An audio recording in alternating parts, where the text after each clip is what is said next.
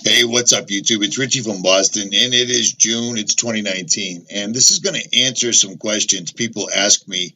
How do you prep when you still live in the city, or you don't live out in the woods or in a cabin, etc.? Well, I'm going to show you how I do it at home. I use a big Berkey water filter to filter absolutely everything, and then I have this huge case that I keep one on my patio, one in a spare room, and then I keep one in my truck of all sorts of Patriot Pantry food, MREs, things like that. It's pretty straightforward. And if you want to order yours, and keep it wherever, because food and water are going to be necessary. Trust me. Simply go to this website and check it out. This is the website. The link is in the description. They give you a good deal. These guys are straightforward, no bullshit. They don't give out your credit card information. You can get started for $75, free shipping, grown and packed in the United States. Hey, what's up, YouTube? It's Richie from Boston. It's the 30th of June. It's 2019, and one of my subscribers, who's actually also lives in Massachusetts, her name is Lisa, sent me a link to a video that I watched probably 10, 11 years ago, and I watched it again, and I thought it was important enough to re-upload it. And I'm going to kind of tie in some visuals to what this KGB agent is talking about, because it's absolutely freaking me out how everything he's talking about a decade ago has already happened. Like, we're there. These guys have intentionally deconstructed this entire country. The country that my father, my grandfathers, everybody fought for has been taken apart like an erector set or like Legos. You know what I'm saying? At any rate, watch this. Well, you spoke several times before about ideological subversion. That is a phrase that I'm afraid some Americans don't fully understand. When the Soviets use the phrase ideological subversion, what do they mean by it? Ideological subversion is the process which is legitimate, overt, and open. You can see it with your own eyes. All you have to do, all American mass media has to do, is to unplug their bananas from their ears, open up their eyes, and they can see it. There is no mystery. There is nothing to do with espionage. I know that espionage, intelligence gathering, looks more romantic. It sells more deodorants through the advertising, probably. That's why your Hollywood producers are so crazy about James Bond type of thrillers. But in reality, the main emphasis of the KGB is not in the area of intelligence at all. According to my opinion and opinion of many defectors of my caliber, only about 15% of time, money, and manpower is spent on espionage as such. The other 85% is a slow process which we call either ideological subversion or active measures, активные мероприятия in the language of the KGB, or psychological warfare. What it basically means is to change the perception of reality of every American to such an extent that despite of the abundance of information, no one is able to come to sensible conclusions in the interests of defending themselves, their families, their community, and their country. It's a great brainwashing process which goes very slow, and it's divided in four basic stages. The first one being demoralization. It takes from 15 to 20 years to demoralize a nation. Why that many years?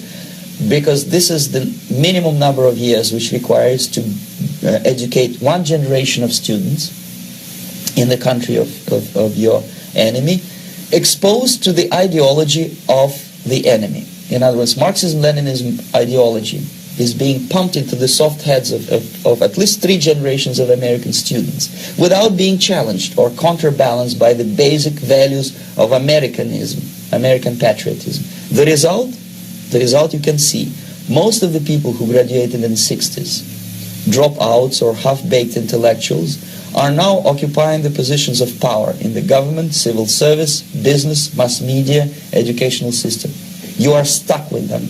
You cannot get rid of them. They are contaminated. They are programmed to think and react to certain stimuli in a certain pattern.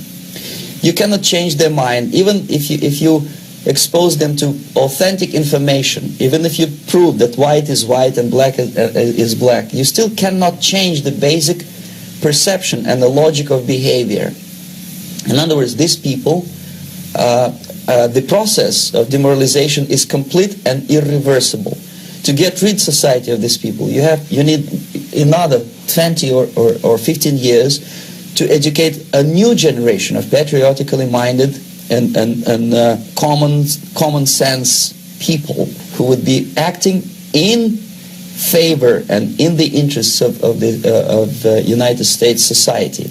And yet these people who've been programmed and, as you say, in place and Yes. who are favorable to an opening with the Soviet concept, Mm-hmm. these are the very people who would be marked for extermination in this country? Most of them, yes. Simply because the psychological shock when they will see in future what the beautiful society of equality and social justice means in practice, obviously they will revolt. They will be very unhappy, frustrated people. And the Marxist-Leninist regime does not tolerate these people. They will join the links of dissenters, dissidents. Unlike in present United States, there will be no place for dissent in future Marxist-Leninist America. Here you can get popular like Daniel Ellsberg and filthy rich like Jane Fonda for being dissident, for criticizing your Pentagon. In future, these people will be simply squashed like cockroaches. Nobody is going to pay them nothing for their beautiful, noble ideas of equality. This they don't understand, and it will be greatest shock for them, of course. The demoralization process in the United States is basically completed already. For the last 25 years. Actually, it's overfulfilled because demoralization now reaches such areas where previously not even Comrade Andropov and all his experts would even dream of such a tremendous success. Most of it is done by Americans to Americans, thanks to lack of moral standards. As I mentioned before, exposure to true information does not matter anymore. A person who was demoralized is unable to assess true information. The facts tell nothing to him. Even if I shower him with information, with authentic proof, with documents, with pictures, even if I take him by force to the Soviet Union and show him concentration camp, he will refuse to believe it until he is going to receive a kick in his fat bottom. When a military boot crashes then he will understand, but not before that. That's the tragic of the situation of demoralization. So basically America is stuck with demoralization, and unless, even if you start right now, here, this minute, you start educating new generation of Americans, it will still take you 15 to 20 years to turn the tide of ideological perception of reality back to normalcy and patriotism. The next stage is destabilization. This time, subverter does not care about your ideas and the patterns of your consumption. Whether you eat junk food and get fat and flabby, it doesn't matter anymore. This time, and it takes only from 2 to 5 years to destabilize a nation, what matters is essentials: economy, foreign relations, defense systems. And you can see it quite clearly that in some areas, in such sensitive areas as defense and economy, the influence of Marxist-Leninist ideas in the United States is absolutely fantastic. I could never believe it 14 years ago when I landed in this part of the world that the process will go that fast. The next stage, of course, is crisis. It may take only up to 6 weeks to bring a country to the verge of crisis. You can see it in Central America now. And after crisis, with a violent change of power, structure, and economy, you have so-called the period of normalization. It may last indefinitely. Normalization is a cynical expression borrowed from Soviet propaganda. When the Soviet tanks moved into Czechoslovakia in '68, Comrade Brezhnev said, "Now the situation in brotherly Czechoslovakia is normalized." This is what will happen in the United States if you allow all these schmucks to bring the country to crisis, to promise people all kind of goodies and the paradise on earth, to destabilize your economy, to eliminate the principle of free market competition, and to put a big brother government in Washington, D.C., with benevolent dictators like 𝗏𝗲𝗱, who will promise lots of things, never mind whether the promises are fulfillable or not. He will go to Moscow to kiss the bottoms of new generation of Soviet assassins. Never mind, he will create false illusions that the situation is under control. Situation is not under control. Situation is disgustingly out of control. Most of the American politicians, media, and educational system trains another generation of people who think they are living at a peacetime. False. United States is in the state of war, undeclared total war against the basic principles and the foundations of this system. And the initiator of this war is not Comrade Andropov, of course. It's the system. However ridiculous it may sound, the world communist system or the world communist conspiracy, whether I scare some people or not, I don't give a hoot. If you are not scared by now, nothing can scare you. But you don't have to be paranoid about it. What actually happens now, that unlike myself, you have literally several years to live on unless the United States wake up. The time bomb is ticking with every second. The disaster is coming closer and closer. Unlike myself, you will have nowhere to defect to, unless you want to live in Antarctica with penguins. This is it. This is the last country of freedom and possibility. Okay, so what do we do? What is your recommendation to the American people? Well,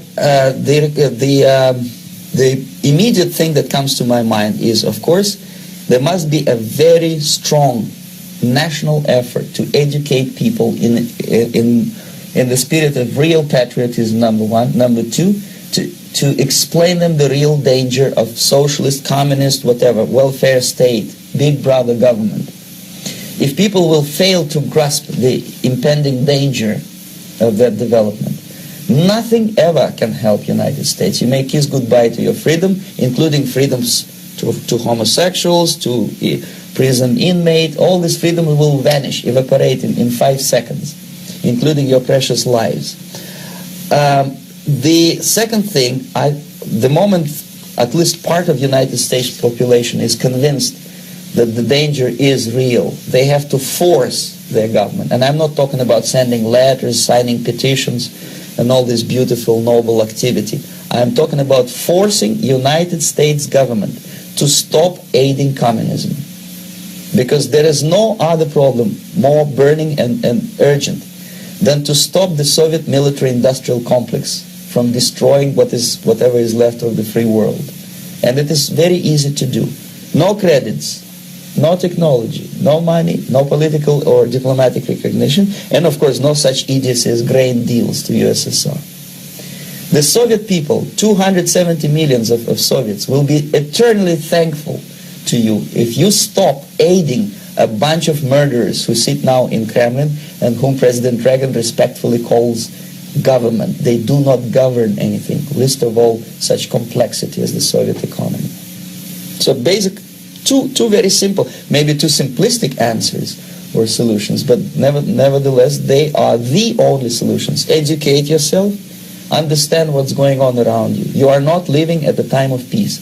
You are in a state of war, and you have precious little time to save yourself.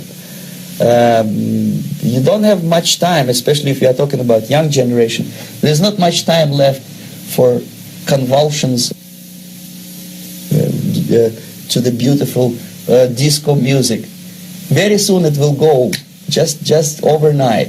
If we are talking about capitalists or wealthy businessmen, I think they are selling the rope on which they will hang very soon.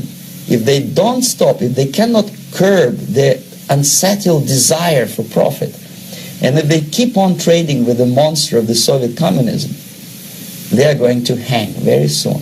And they will pray to be killed, but unfortunately they will be sent to Alaska probably to manage industry of slaves. It's simplistic. I know it sounds unpleasant. I know Americans don't like to listen to things which are unpleasant. But I have defected not to tell you the stories about such idiocy as microfilm, James Bond type espionage. This is garbage. you don't need any espionage anymore. I have come to talk about survival. It's a question of survival of this system. You may ask me, what is it in for me? Survival, obviously, because unlike, as I said, I am now in your boat. If we sing together, we'll sing beautifully together. There is no other place on this planet to defect to.